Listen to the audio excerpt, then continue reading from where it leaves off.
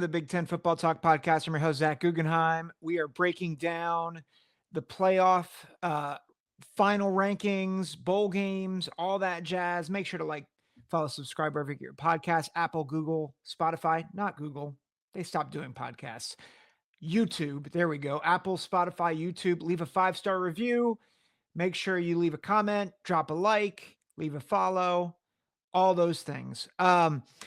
I know you guys, this is coming out Thursday morning. My guess is you already have heard lots of thoughts from many experts about the playoff, about rankings, about all those things. So I recognize that my thoughts are coming a little bit after the fact.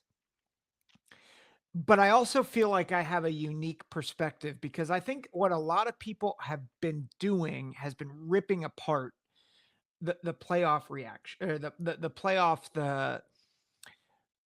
the selection process, and even those of us who are, maybe rejoicing over Alabama's exclusion. I think we're all saying, yeah, this is kind of a jacked up process.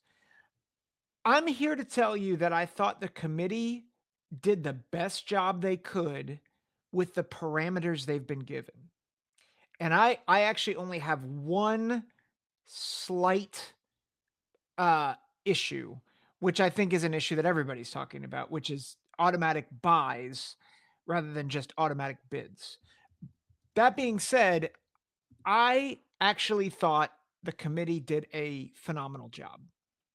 And I want to talk about that first, and then I want to talk about the things I thought they got right, and then I want to talk about the things that people are criticizing and why I think that's wrong. And then I want to talk about the matchups in themselves, at least from a bird's eye view. I will actually make picks on this show next week, and then the following week I'll recap those and do the bowl games, pick the bowl games, and then I'll recap bowl games and then do the next round the following week on Tuesday. So Christmas Eve, New Year's Eve day. Make sure you tune in here on the Big Ten Football Talk podcast for picks and reactions and all that jazz. So I want to talk about the rankings. I thought they did a really good job. And I think the main reason why is I thought for the first time in a while they were consistent. Now you can say what you want about uh, different issues, and there are issues, right? Like people were bringing up the idea that SMU being above BYU was wrong. Now that SMU has 2 losses and BYU beat them. But here's I think what the committee decided to do before championship weekend. And basically it was unless if you lose by like 5 touchdowns, we're not going to penalize you for having a loss in a conference championship game, which I thought was fair. And they did it with Texas, they did it with Penn State, they did it with SMU. And so everybody's looking at SMU and saying, you've got 2 losses. Why is BYU not above you? And why does Alabama's schedule not matter more? And I think what the committee did was they said, we're not really looking at SMU with 2 losses. We're not really looking at Penn State with 2 losses. We're not really looking at Texas with 2 losses. We're looking at them with 1 apiece. And then we have an extra data point that says, yeah, all those teams were pretty even with their counterparts in the conference championship game. They put themselves out there. We're not going to penalize them for it. So really, as you look at it, even though the record says 11-2 for Texas, 11-2 for Penn State, and 11-2 for SMU, we're really kind of only looking at it as kind of like half a loss, if that. And so, Texas went down a notch, but only won. Penn State only went down a notch, and SMU only went down a notch. And I think they went down 2 because I think they were 8th, and then they went below Indiana and Boise. I thought that was fair. And I thought it was consistent. And so people saying, again, comparing BYU to SMU with head to head, I think the reality is they weren't looking at it that way. Now, do BYU fans have a legitimate gripe? Sure, but I'm gonna offer the same thing that I'm gonna offer to Alabama, to Miami, to Ole Miss, and quite frankly to SMU is don't lose the games that you need to win. Listen, if you want to be in the playoff, you got to win your conference. Like you want to guarantee your shot, win your conference. Particularly if you're a power 4 team. If you're a group of 5 team, you're at the whim of of what the committee thinks of you. But Boise kind of left no doubt. They were the only group of 5 team that I think had one loss. They won their conference. Good for them, right? Army's the one exception, but they got blown off the field against Notre Dame, whereas Boise was within 3 points. So I again, you want to be in, you have an automatic way in. So I don't want to hear about your complaining, especially when you lose multiple games. I don't want to hear it. I don't want to hear it. So that's, I thought that was a good decision. They were consistent. They said they weren't going to move anybody. I know Ohio State fans have some beef because they're like, why are we not above Penn State? Why are we not above Texas when we have better wins? And at least with Penn State, a better loss being at Oregon versus neutral site against Oregon. And I'll just say the same thing. They chose not to look at the loss in Indy as a full loss for Penn State. They said they were 11-1. We had them higher. They're going to stay higher. Same thing with Texas. So I don't have a problem with how they scheduled this. I don't. So I think my the maybe the only issue, and I don't even know if it's an issue. I almost would have put Arizona State above Boise because I think Arizona State has played has played better, and I thought they were more dominant in the Big 12 championship game. They have better wins, um, but ultimately, I don't feel sad for any of this. Um, Now let me talk about Oregon real quick because a lot of people were upset about Oregon and their pathway versus uh, other teams, particularly like Georgia, and particularly like Texas, right? Everybody's out, saying, "Oh, Oregon doesn't have an easy path as the 1 seed. They have a right to be upset." I think Joel Klatt has been uh, adamant about that. Listen, if this goes chalk, like I think we're expecting it to, with Ohio State, Notre Dame, Penn State, and Texas in those 5 through 8 seeds, like I think Oregon would like to play Ohio State again, judging from how Ohio State played against Michigan. They're injured on the offensive line. I Oregon has confidence that they can beat Ohio State. And I don't know, like out of all the teams that they could play, I don't know, like right now, Notre Dame is the hottest team in the country. I thought Penn State played Oregon really well and showed that they've upgraded a bit offensively over the past few weeks. And Texas is Texas. Like Texas is good. So I I get what people are saying. Like, do you see that Oregon could play Ohio State or Tennessee? Ohio State's maybe the most talented team, and Tennessee is a good enough team to win it all. Yeah, like that's the reality of a 12-team playoff, right? I think people are reacting more to the potential of upsets and that pathway versus the actual, like the actual likelihood. Sorry, I couldn't think of the word there for a minute. But like, so if Oregon has to go Ohio State and then Texas and then Georgia, yeah, that's brutal. That's brutal.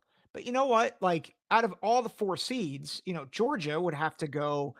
Let's see, they'd have to play the 6 seed, I think. No, they'd have to play the 7 seed, um, which is Notre Dame,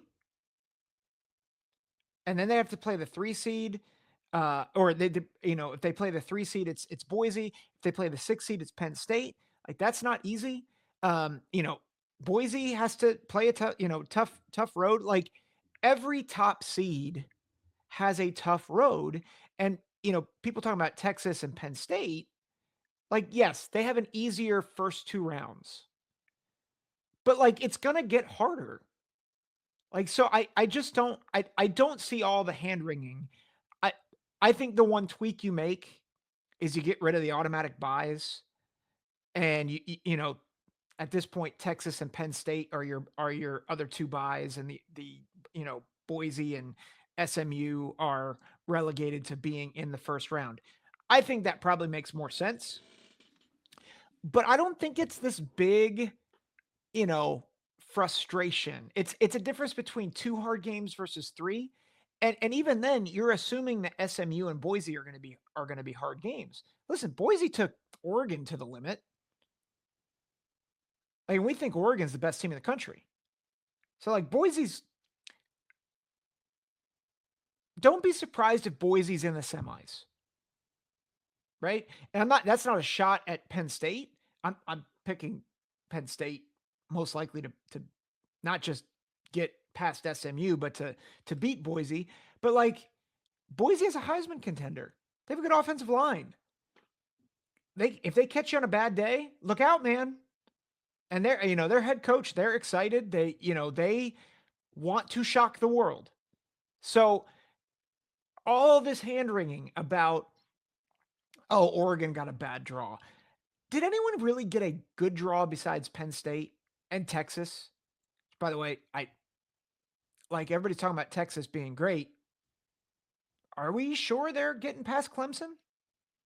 Like, I don't think Clemson's great, but, like, put them in a playoff game with Dabo Sweeney coaching. They're riding high with momentum because of the win against SMU. Like, are we sure that Texas is going to win that game? Texas has not exactly looked fantastic over the past few weeks, right? Like, they struggled against Georgia offensively. They struggled. They scored 17 against Texas A&M. They struggled against Arkansas. They struggled against Vandy. Like, are we so sure that they're going to be great? They don't have the best running game. They don't have great running backs. They don't have elite receivers. Again, they're good. If they put in Arch Manning, sure. But, like, I just think the hand wringing is a little. uh, I think people are freaking out about Oregon because, and I think this is my theory here. They look at the talent that they might have to play, and they're like, oh boy, Oregon was done no favors. But listen, and this is part of the beauty of a playoff and not an invitational. A playoff looks at what you have done and ranks you based on what you have accomplished, not based on who you think would win on a neutral field. And so, if you really want to get upset about who Oregon has to play, get upset at Ohio State.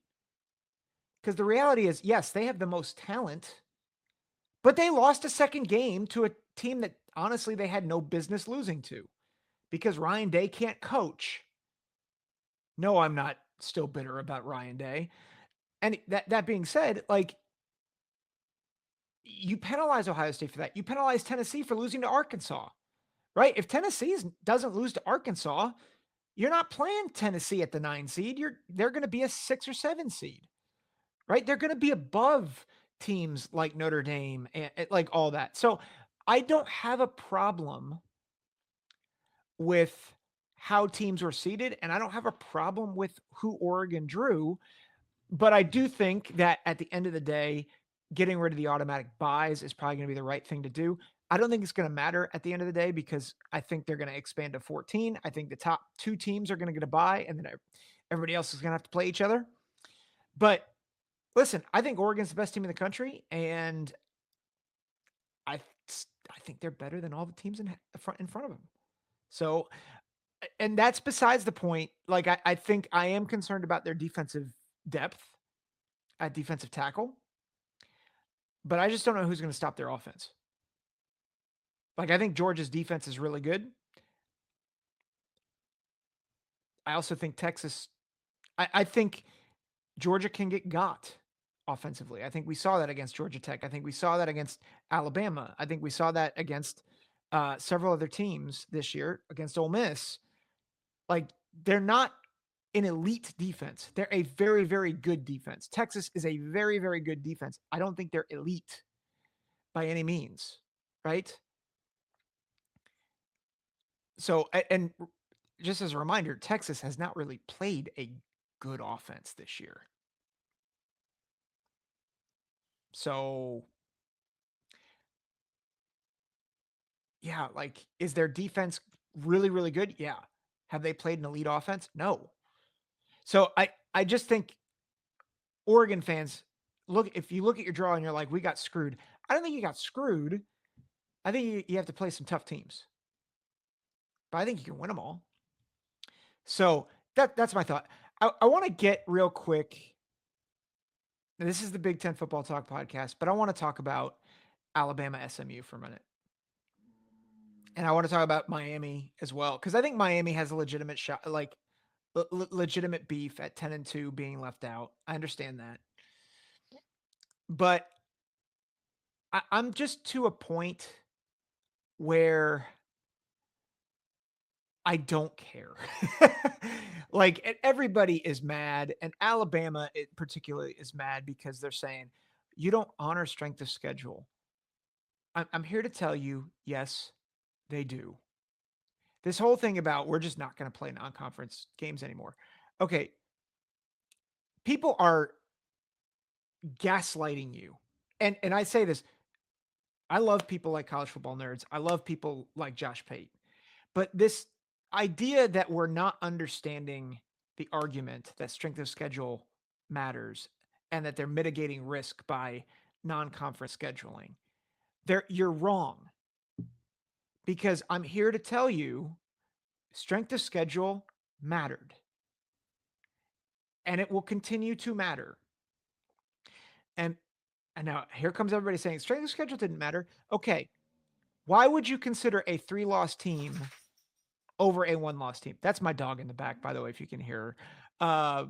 But why would you consider a 3-loss team over a 1-loss team? Because of strength of schedule, right? Alabama had a great strength of schedule. You would put Alabama in over SMU if Alabama only had 2 losses. You want to know how I know that? Because Tennessee's in, Ohio State's in. They were above SMU. They valued their wins. They have them above Indiana. They have them above they had them above Notre Dame before they lost, right? That's how I know that. At some point your losses have to matter. And so people saying, well, they care about who they lost to rather than who they beat. No. They cared that you lost 3 times. That has to matter. At some point, wins and losses have to matter in a playoff. And so this stupidity where it's like, well, it's not fair that SMU got in because they didn't play anybody. Okay, sure. Don't lose to Vandy. Don't lose to Oklahoma. Right? And people are saying, well, Oklahoma would have been a good team in a good conference. Okay. Can we just stop the nonsense for a minute? Yes, they played a lot of ranked teams. They played a really tough strength of schedule. All right. Oklahoma lost by 10 to Tennessee. They beat Houston, by the way, by 4. That a really, really great Houston team that's not going to a bowl game. At least I don't think they're going to a bowl game. Let me just fact check no, they're not going. They were 4-8. Beat them by 4 points. Okay? They lost by 10 to South Carolina. Or no, by 10 to Tennessee. They lost they beat Auburn by 6. World beaters, Auburn, right? Lost by 31 to Texas. Lost by 26 to South Carolina at home. lost by 12 to Ole Miss, got beat by Missouri, and then got beat by 20 by LSU. So it's not just that they lost 6 games, they got drubbed in most of them. And they only beat Houston by 4 points at home. Like, this is, you really wanna go there? You know, Vandy being a good team. Do I have to bring up again? They lost to Georgia State, who won 1 game in the Sun Belt. And they beat Virginia Tech in overtime. Virginia Tech, I believe, was 6-6. Like, guys, your losses have to matter. And so, yes, is SMU, do I think SMU would beat Alabama on a neutral field? Probably not. I don't think so. But you know what? You cannot judge a playoff system on hypotheticals, which is what the SEC wants to keep doing. And so, do I think that Indiana would beat Alabama? Probably not. But you know what? Indiana had the schedule in front of them and went 11-1. You got to honor that. Alabama, if you want to get in the playoff, here's what you do. Beat 6-6 teams. Beat Vanderbilt. Beat Oklahoma. Right? Like that's who you got to beat. And before people say, well, but SMU and Indiana didn't do that. You know what? Guess what? They did. Like Indiana beat Michigan, who's 7-5 and ranked 21st in Sagarin. Right? Oklahoma's 28th. Indiana beat their top 30 team on their schedule. I know Alabama has a lot more, but Alabama got beat by 3 scores. Like at some point, stop pointing the finger and look at yourself. You guys are the worst Alabama team in 14 years? Like, not since 2010 have you lost 3 games in the regular season? Shut up. Do your job. Win games. You've had hard schedules before. The problem isn't that you didn't have a hard, or it is not that the committee didn't look at your strength of schedule. The problem is that you lost games you shouldn't have. And the same argument goes to Ole Miss. The same argument goes to South Carolina. So all these teams would be like, well, we feel like, I don't care about your feelings. What I care about is you lost. Those games have to matter. And look, we could talk about conference strength all we want, but the reality of this system was always to get to guarantee more access to other teams. That's what creates parity.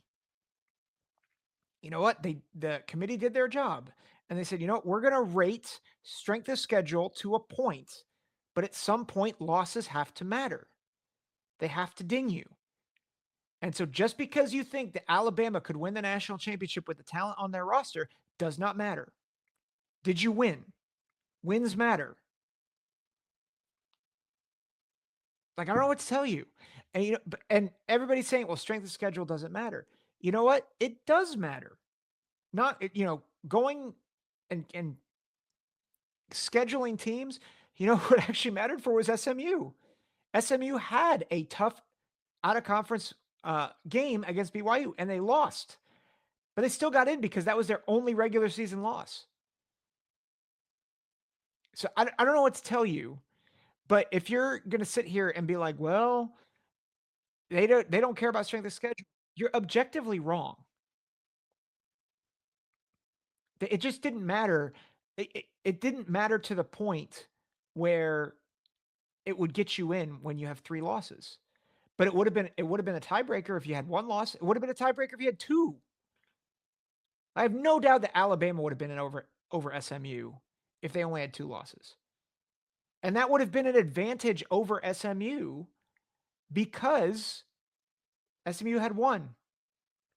Alabama would have been over Indiana. I would almost bet Alabama would be hosting a playoff game if they just had 2 losses. But they didn't. They have 3. Like, sorry. But like that's Like, don't lose those games. Like, that's you had a very clear pathway to the playoff and you blew it, right? Nobody is hand wringing, yeah, this is a different example, but no one is sorry for Ohio State that they missed the Big Ten championship game, right? Everybody thinks that Ohio State has the most talented roster, and they would have preferred the Oregon Ohio State rematch. Although I thought the Penn State Oregon game was great, and we'll talk about that real quick here in a minute. But Ohio State like didn't belong because they lost. Losses matter. That's losses matter. You can't. And to the Bama fans, listen, Bama fans, I feel sad because it stinks to get left out. And like I understand the frustration and anger. This diatribe that I'm giving is not towards you. It's to analysts who are crying on TV, like Nick Saban and Kirk Herbstreit, saying, "Oh, Alabama should be in." No, they shouldn't. Okay. AJ McCarron, of all people, former Alabama quarterback, said the reason why they got left out is because they lost 3 games. If AJ McCarron's saying that, maybe listen to him. He knows what he's talking about. So, I want to talk about the matchups real quick, and in that we'll talk about the Oregon Penn State game a bit. I think the matchups are very intriguing for the Big Ten, and I'm not going to pick games, but I am going to maybe talk about pathways and what I think is going to happen. I think obviously I think the biggest game and probably the highest rated game will be Tennessee at Ohio State. I think this is a game that will get a lot of hype, but my feel on it, if I'm just being honest, and maybe this is me being an Ohio State hater right now, I think Tennessee wins this by multiple scores. I think Ohio State I think they want to generate confidence, right? Oh, we've moved past Michigan, we've moved past this. It's a bad matchup for Ohio State. Tennessee's got a really good defensive line. I think Tennessee's good in the trenches, and I just don't see Ohio State holding up well. So I think it'll be close early. I think Tennessee will pull away late, and I think Buckeye fans are going to be ready to can Ryan Day. Um, I think the Clemson Texas matchup will be fun. I think if Texas struggles a bit offensively like they have, I think Clemson's got a real good shot to knock off the Longhorns. I think Clemson's defensive line is better than people give it credit for. Um, offensively, Cade Klubnik has struggled a bit, against higher rated defenses like South Carolina, like Georgia. But I would not be shocked with new life and with, a game winning kick if Clemson upsets Texas. SMU, Penn State, I think Penn State's pathway is certainly the most favorable. And I think that bodes well for Penn State, but I would just encourage Penn State fans, don't look past SMU.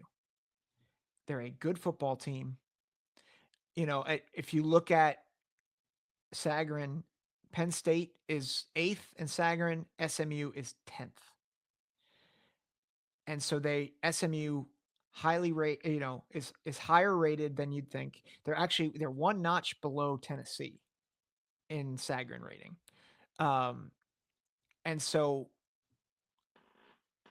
they the computers like SMU, and SMU's got a really good quarterback in Sellers. He's dynamic. Maybe aside from Dylan Gabriel, Jennings, not Sellers. Jennings he's a dynamic quarterback. He can run, he can throw. They have a good running attack. Brashard Smith, over 200 yards, 14 touchdowns. This is an offense that can sting you, and maybe the most potent offense behind Oregon that Penn State's faced. And so it'll be at home, which is good for Penn State. Um, but I think you got to be careful there. And then Notre Dame at or Indiana at Notre Dame. First of all, good by the Hoosiers to make the playoff. And what a story. Like a battle for the Hoosier State. And I would probably favor Notre Dame to win this game. But I think Indiana, if Indiana can limit Notre Dame running the ball, I think Indiana has a pathway to win. Like, I don't think this is going to be a raucous environment in favor of Notre Dame because I think a lot of Indiana fans are going to go to this game. Like, it's right in their backyard, right? So they can travel up there. I think you'll see probably like a 70-30 split. So, like, it'll still be loud, but I don't think it'll be loud like Ohio Stadium was for Indiana. I think their efficiency might give Notre Dame uh, it, I think Indiana will struggle at times because I think Notre Dame has a good defense, but I don't think Notre Dame's defense is as good as Michigan or Ohio State, at least on the D lines. And I think Indiana will find ways to get drives together. And I think Notre Dame, they're a little bit more one dimensional. And I think Indiana can probably slow down that running attack enough. So I will right now I would lean Notre Dame, but I would not be shocked if Kurt Signetti pulls off the upset. Um, I think Indiana has a good draw there. Now, if you go to the second round of the playoff, you would have the Fiesta Bowl on New Year's Eve. They would get the winner of SMU Penn State. I would again, I think Penn State has the most favorable path, but don't count out Boise. Um, I I like obviously Ashton Genty is the most I think the best player in college football. I think he should win the Heisman. That's going to be a tough matchup for whoever gets them, SMU and Penn State or Penn State. But I think again, I think Penn State most likely wins, and I'll talk about that why with the Big Ten championship in a minute. You have the Peach Bowl, and you have I would imagine Texas or Clemson against Arizona State. I am leaning towards picking Clemson in that game, but I think either way, watch out for Arizona State. Scatabo, I thought showed some things at running back. Levitt at quarterback, really fine player. People forget that Levitt was out against Cincinnati, which is their kind of albatross loss. But Arizona State really playing well at a good time. You look at them, over the past several weeks, you know, beat Kansas State at Kansas State by 10, beat BYU at home, went to Arizona and just murdered Arizona, which I know Arizona's not great, but murdered Arizona and then murdered Iowa State, who's a pretty good team, right? They're playing some darn good football right now. And whoever gets them, whether it's Texas, whether it's uh, Clemson, even Texas with their talent, just watch out, man. I think they could do some business on you. I think they could make it a bit of a shootout, and I think that's a game that neither Clemson or Texas want to live in.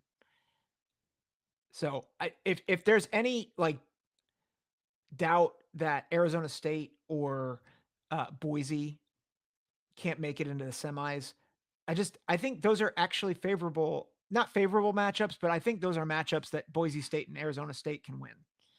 Um, Rose Bowl, you get Tennessee or Ohio State against Oregon. Um, as a Buckeye and a Big Ten fan, I hope it's Ohio State, Oregon in the Rose Bowl, but I think it's going to be Tennessee, Oregon. And then Georgia would take on either Notre Dame or Indiana. I think if you want Georgia to lose in that quarterfinal game, you're rooting for Notre Dame.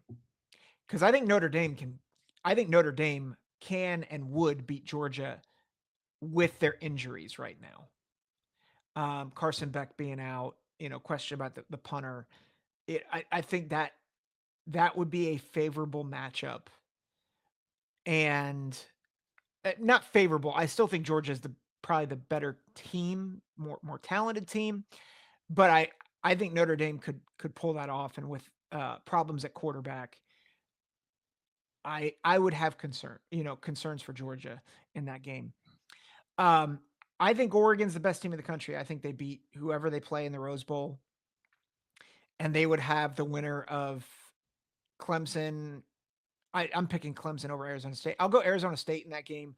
I think Oregon wins that game and goes to the finals. And I think if it's Penn State, Notre Dame, I like Penn State.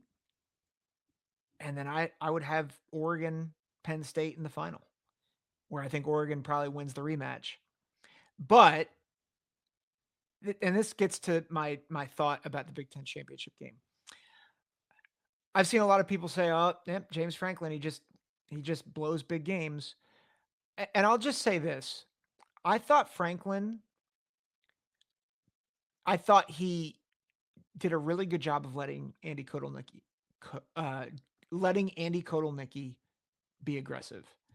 And people were upset about the 2 point conversion call. People were upset about the deep ball at the end of the game that was intercepted.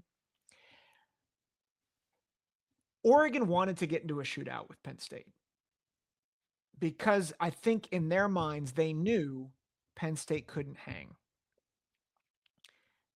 And Penn State hung.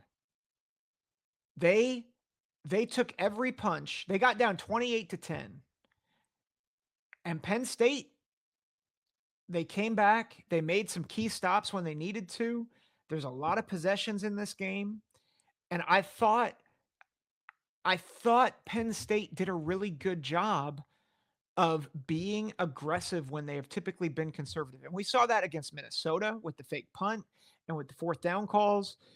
And listen, sometimes when you're not used to being aggressive, you overdo it because you get so much into your head like I got to be aggressive, I got to be aggressive, I got to be aggressive.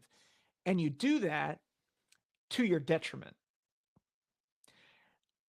And I think that's what happened a couple times, right? Like 2nd and 1, you go deep and you're like, we just got to go for it. It's like, get the first down and then reset.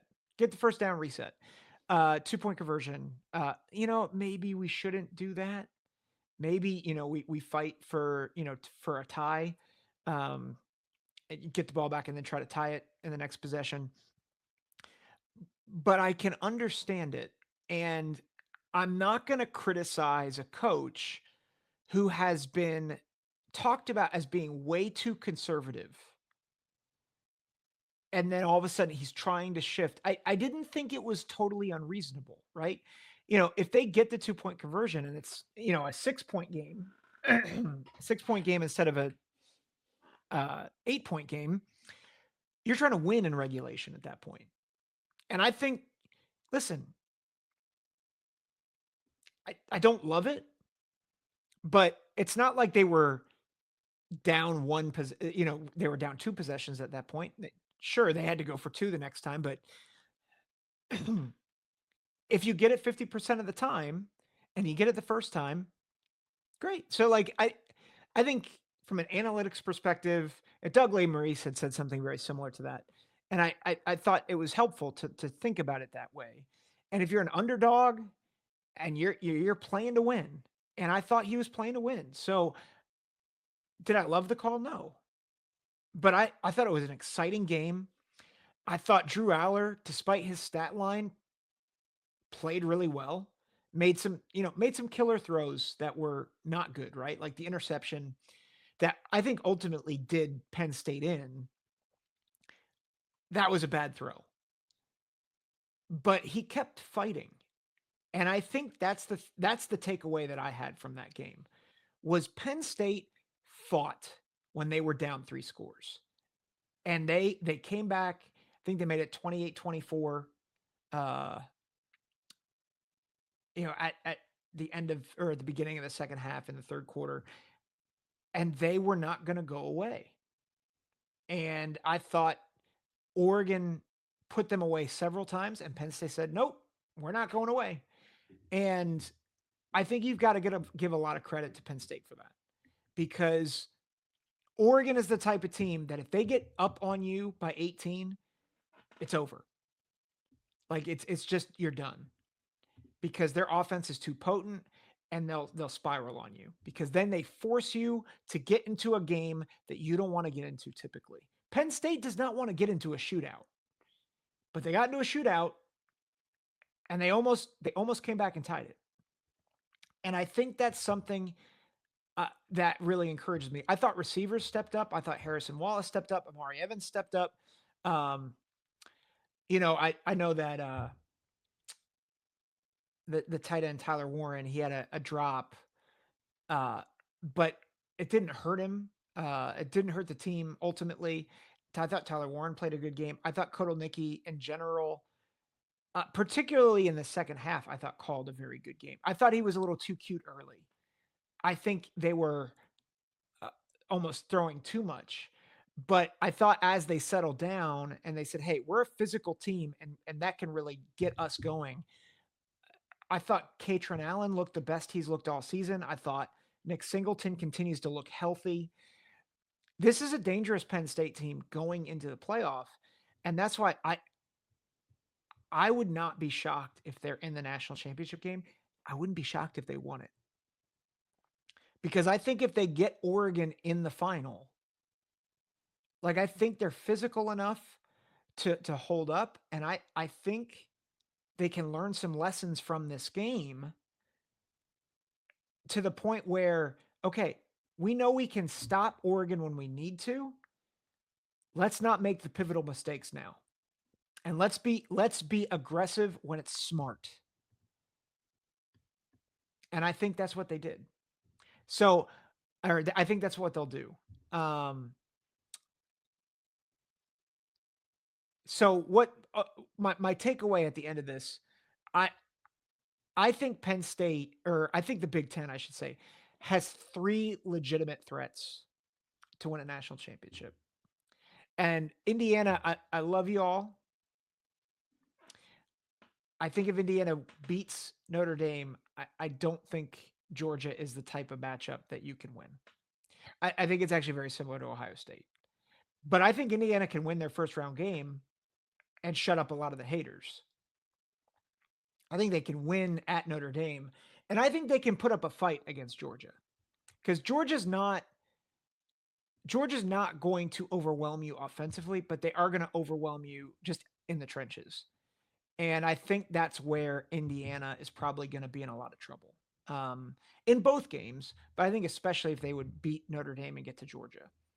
Um, I think Penn State has a legitimate shot to get to the championship game and win. I think if Ohio State regroups, which I'm not counting on, but if Ohio State regroups, I think they're the best team in the country. Problem is, I don't think they're going to regroup. But if they do, they can absolutely beat any team that's put in front of them. And then I think Oregon is the best team in the country right now. So I think the Big Ten has three legitimate threats to win the national championship. And I think the SEC has three legitimate threats, which is all their teams. Like I think Texas can win it. I know I said I think Clemson might beat Texas in the first round. The reality is, if Texas utilizes their talent, again, in the trenches, I think they could easily go all the way, right? If Texas can mitigate Clemson, and then they get Arizona State, and then they'd probably meet Oregon. If they'd meet Oregon there, I think they could slow the game down and force Oregon into more of a grinded out type of game. I think they can win that. But again, I think Tennessee similarly, like I think they're pretty strong in the line against the lines. I think they would have a legitimate shot to go all the way. And I think Georgia, even with the quarterback injury, I know I've been saying, "Oh, Georgia's not great. Georgia's not great." You have to remember, when you're talking about playoff seeding and access to the playoff, that's different than what you bring to the table in the actual playoff. And so I've been sitting here saying the SEC is not that good. The SEC is not that good. I'm saying that relative to um, everybody's saying they should get 5 or 6 bids. The reality is the SEC still has championship caliber teams. I think it's very possible that Georgia, Texas, or Georgia, Tennessee is a national championship game. And if that's the case, I'll congratulate them and I'll say, yeah, but the SEC is not that much better than the Big Ten. And I think that's maybe the biggest takeaway that I would say is that regardless of what happens in this first iteration of the 12-team playoff, I think we should celebrate that the Big Ten has a really good league that I think is close to, if not on par with the SEC. Now, I think the SEC has more top tier teams than the Big Ten does, and I think the Big Ten has more mid tier teams than the SEC does. Um, and then they both have teams like Mississippi State and Kentucky and Purdue and Northwestern. So I think you have that, but I do think that the strength of each league, there's a relative strength to each league. I don't think the ACC, the Big 12, or the Mountain West is gonna has a playoff shot. Like I don't think Clemson can go all the way. I don't think SMU can go all the way. I don't think Boise can go all the way. Um, I will say I think Notre Dame is the one, as an independent has a legitimate shot. Um, Arizona State, I think probably it, I think depth will catch up with them. So I think Notre Dame, I would say out of this field, there's 7 teams that I think that can win the whole thing, which is exciting because I think it's a wide open race. And I think it's very possible you see one of the double digit seeds making a run.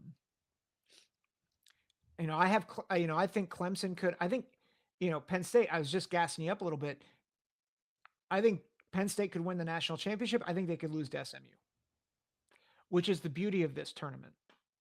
It's the beauty of this playoff system is that I think SMU could make a run. Imagine if they're in the semis. Imagine if they're in the semis against Notre Dame. Like, how great would that be? Not for Penn State fans, but like, how great would it be if Arizona State finds a way to squeak by Texas or Clemson, and we have a semifinal? Imagine these are the semifinals. You've got SMU and SMU or Boise against Notre Dame, and like Arizona State against Tennessee or against Oregon, right? Like that's a very different system than what you would expect, or result than what you'd expect. And I think it would be great for college football. And if people say, if they end up in blowouts and you're like, oh, like this is stupid. No, like that's how it's supposed to be. You see that all the time in professional sports, right? Like I still remember the year that Peyton Manning and the Broncos played the Seahawks, and everybody was up. Everybody was could not believe the shellacking that the Broncos took from the Seahawks. I mean, they got murdered, but like it still counted. It was still watched. People still cared about it, and so just because we get a TCU Georgia in the national championship, it doesn't mean that the playoff system failed. It means it worked because we got the 2 teams that deserve to be there in there, and the players will never forget that. And that's what matters. Real quick before I sign off, I said I'd talk about the bowl games for the Big Ten. I'll just say what they are, and then I'll give a quick impression. I'm not going to actually break them down yet. The Rate Bowl between Rutgers versus Kansas State and Phoenix. That's on Thursday, the 26th of December. I think that'll be a good litmus test for Rutgers. I don't know who all the opt outs are yet, but I think that'll be a fun game. It'd be interesting to see how Kaliak Manis has progressed. I think against a decent defense in Kansas State. We'll go down here. You have USC taking on Texas A&M. Interesting game, right? I again, we don't know all the transfers. We know obviously Miller Moss is transferring out, Bear Alexander transferring out for USC. Interesting to see what happens with A&M. And can USC do the unthinkable and win a second straight game against an SEC team in Las Vegas? Because this is the Las Vegas Bowl, and so that's at 10:30 p.m. on the 27th. That'll be a crazy, crazy game. On the 28th, you have Nebraska taking on Boston College in the Pinstripe Bowl. It's the Bad Boy Mowers Pinstripe Bowl. I think Nebraska should win that one, get to 7-6. I think that'd be good. Although there's been some weird rumors about Rayola. I'm not going to get into it right now. And then on the 30th, we have Iowa playing Missouri in the Music City Bowl. You know, every fiber of my being wants to pick against Missouri because I think Missouri's been very mid this year. I think if Caleb Johnson doesn't play in this game, I think Iowa's in a world of hurt. I just think that's going to be a rough game for Iowa. I think similarly on the 31st, you have Alabama versus Michigan. I think Alabama has a lot. I think Alabama has a lot of people coming back. I think Michigan, there's a lot of enthusiasm around Michigan. I don't think a lot of your stars are going to play. I don't think Will Johnson's going to play. I don't think Mason Graham's going to play. I don't think Kevin Grant's going to play. I think it might be a bloodbath. I think it's going to be rough. Washington, Louisville, that will be interesting. I think I'd probably give a little bit of the edge to Louisville, but I could see Washington winning that game. Like, I think it's going to be a fun, entertaining game. That's the Sun Bowl, 2 p.m. on CBS. The Cheez-It Citrus Bowl on the 31st, South Carolina against Illinois. I would favor South Carolina in that game because of the strength of their defensive line. Pat Bryant's not playing in that game. That also concerns me. But I think if you get past the defensive line of South Carolina, I think if you can find ways to neutralize them, I think Illinois has answers. And I think their defense might make things hard for South Carolina's quarterback. I know a lot of people were excited about South Carolina at the end of the season. Lenora Sellers, both running and throwing, was really good. And, they beat Clemson. They, I thought played really well down the stretch. But remember, they struggled a bit against Missouri. They won 34-30. This is a good South Carolina team. They're not great. So I think Illinois has a real shot to win that game, but I would favor South Carolina again because of the strength of their lines. And then let's see. Did I miss any? I think I missed a couple. So that's on the 31st. And Minnesota takes on Virginia Tech. I think PJ Fleck's going to get a boat full of mayo for Christmas because I think Minnesota is going to torch Virginia Tech.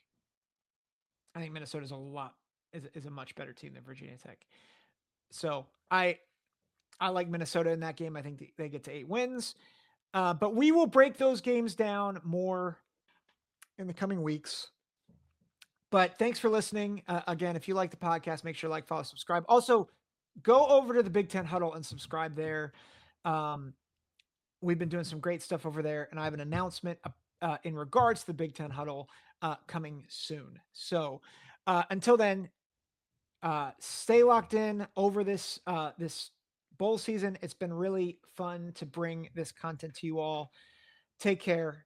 God bless.